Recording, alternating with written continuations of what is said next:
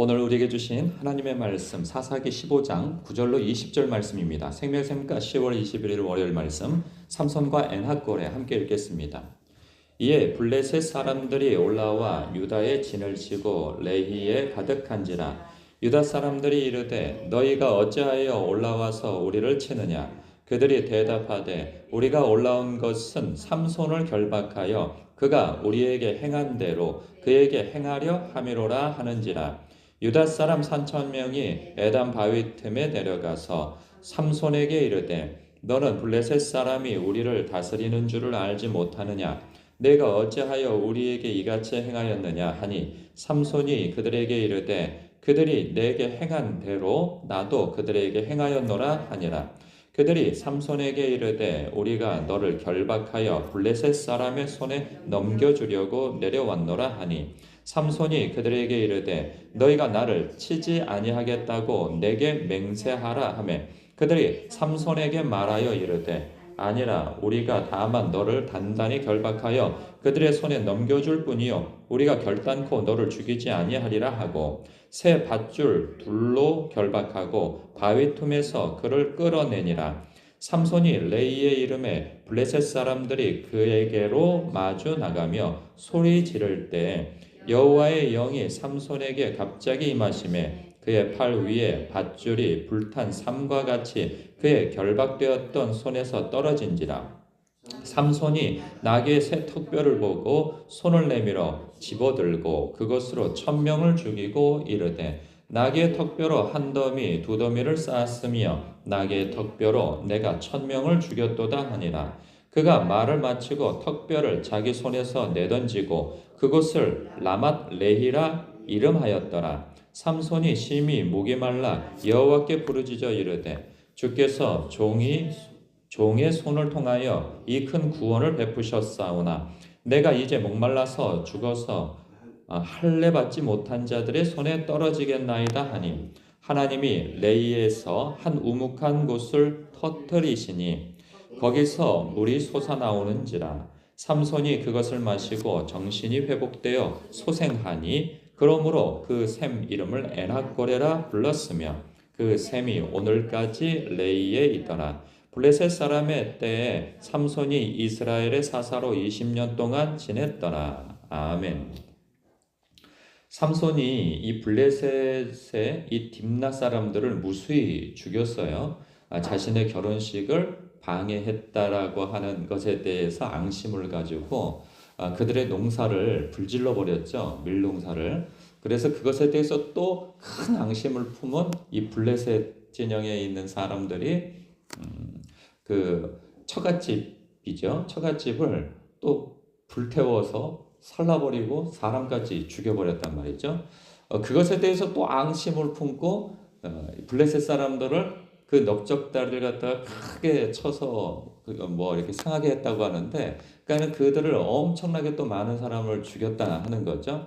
그랬더니 또 블레셋이 크게 앙심을 품고 이놈들을 내가 가만두지 않겠다 하여서 숨어 있는 이 유다 진영으로 쳐들어오게 되어진 거예요.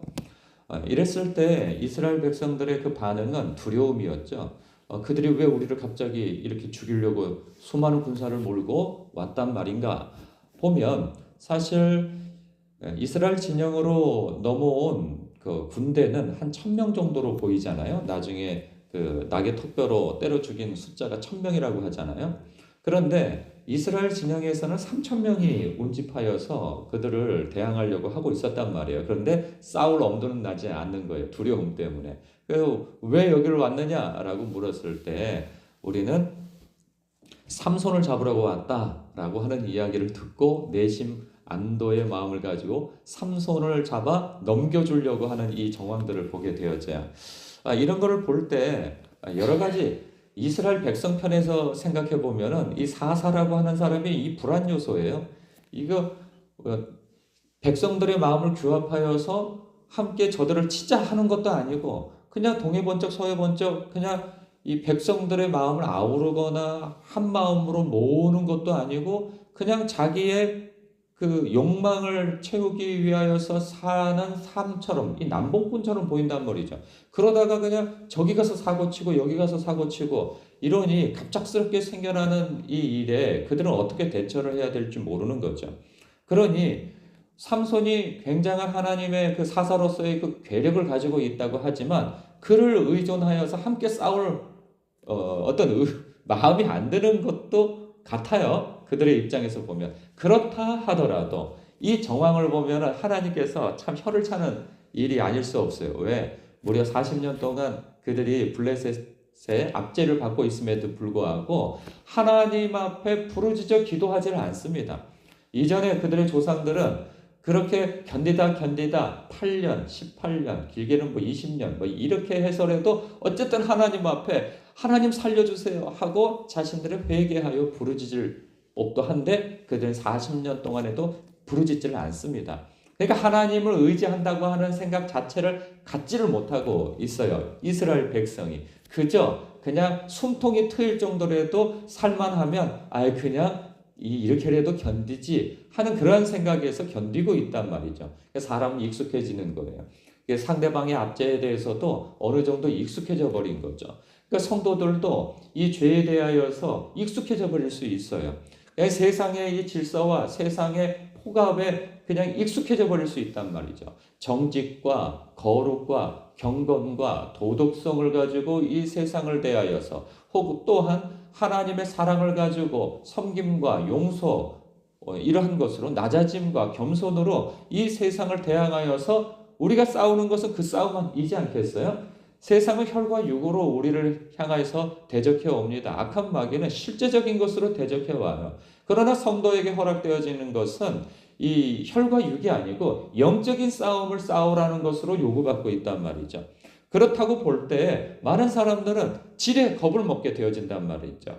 하나님과 친밀한 관계 속에 있지 않으면 말이에요.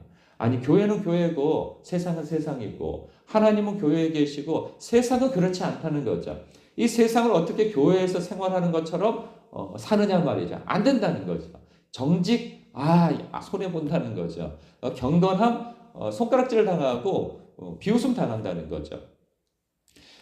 도덕성 세상의 도덕성 가지고 윤리의식 가지고 사랑을 가지고 섬김 가지고 이 포용하는 것으로 되겠느냐 말이죠. 그랬다가는 호구되어진다는 거죠. 이제 그러한 것으로 지레 겁을 먹고 하나님의 방법대로 하나님의 뜻대로 사랑대로 가르쳐 주신 대로 뜻하신 바대로 우리는 살지 못하는 핑계를 대고 적당히 맞춰가는 그런 삶도 살 수 있다는 것이죠. 그러한 것을 고발하고 있어요. 대항하여서 싸우자고 하기보다는 오히려 이스라엘의 사사를 적들에게 넘겨줘 버리는 이러한 상황이 펼쳐진다 말이죠. 저는 이 부분에 대해서 그런 묵상도 해봅니다. 어느 날 보면 뭐 유튜브가 너무나도 발달되어지고 뉴스나 이런 것들이 발달되어져서 그런 사람들이 있어요. 자신의 정의감에 못 이겨서 이 교회의 불의를 들춰낸다 하고 어떤 그 지도자의 불의를 교회의 지도자의 불의를 들춰낸다고 열심을 내는 사람들이 있어요. 그래서 정말 그 사람의 이야기를 들어보면은 정말 얼마나 의롭고 얼마나 공의로우며 얼마나 그 깨끗한지 그런지 몰라요. 그런데 물론 그럴 수 있어요. 그 마음을 가지고 자신을 성찰하고 그리고 하나님 앞에 기도하면 얼마나 좋을까 생각해요. 그런데 뭐 자정 능력을 잃어버려서 혹은 그런 것을 그냥 묵과해서는 안 돼서 세상에 들춰낸단 말이죠. 기자회견을 하고 세상을 향하여서 고발을 하고 또 뭐 이러한 일들로 나팔을 불어요. 그렇게 해서 자정이 되어집니까? 자기 얼굴에 침뱉기를 하는 거죠. 크게는 뭐 그러한 일들이 있고 또 작게는 뭐 지도자에 대해서 교회에 대해서 성도에 대해서 믿지 않는 이웃들 앞에서 성토하고 욕하고 함께 손가락질하고 나는 거기에 속해 있지 않는 것 마냥 그렇게 판단하고 정죄하고 근데 사실 교회는 주님의 몸이란 말이죠. 주님께서 머리 되시고 어찌 보면 교회와 교우들과 영적 지도자들을 판단하고 정죄하고 욕하는 것은 주님을 욕하는 것과 같다는 것이죠. 이런 부분에 있어서 우리가 입조심을 하고 하나님 앞에 호소하고 기도하는 것으로 이 문제를 좀 풀어가면 어떨까 하는 생각이 듭니다.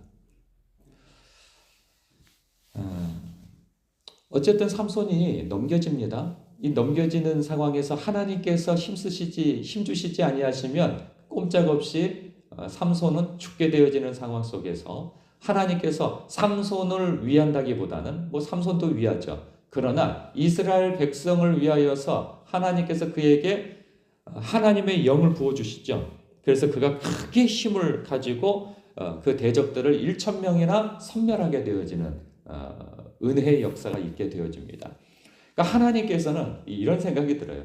교회가 망한다 맨 입에 담고 그것도 누구에게 세상으로부터 망한다라는 그러한 입을 계속 여는 사람들이 있어요. 이러다가 세상이 그러니까 교회가 망한다, 교회가 죽어간다. 물론 그런 경각심도 있는데 여러분 2000년 역사 동안에 교회가 여러 가지 환란을 당하고 또 교회가 이러한 자정 능력을 상실한 것처럼 부패한 일들도 있었어요. 그러나 하나님께서는 2000년 역사 동안에 이 교회를 그래도 유지해 오면서 많은 영혼을 구원하는데 이 방주로 사용하셨다 말이죠. 하나님께서 도우시면 하나님께서 함께 하시기에 이 교회는 결단코 주님이 오시는 날까지 끝나지 않습니다. 그러니 지레 겁먹고 교회가 망한다 어쩐다 하면서 수손을 떨 일은 없다는 생각이 듭니다. 그래서 하나님께서 시대마다 하나님의 택한 그런 백성을 일으키세요. 지도자도 일으키시고 그렇게 해서 지역마다 나라마다 교회마다 하나님께서 마치 숨겨놓은 7,000명을 통하여서 이 교회를 유지해 나가는 것처럼 그러한 교회는 주님 오시는 날까지 유지되어진단 말이에요. 그러니 과도한 두려움으로 이런 무기력한 상태에 빠져 있지 아니하고 또 자칭 교회를 구하겠다고 기도하거나 거룩하거나 경건하거나 이 영혼을 구원하는 일에 힘쓰고 마음쓰기보다는 세상을 향하여서 고발을 해나가면서 이 교회 이 자신의 위상을 드높이려고 하는 이러한 일은 없어야 될 것입니다.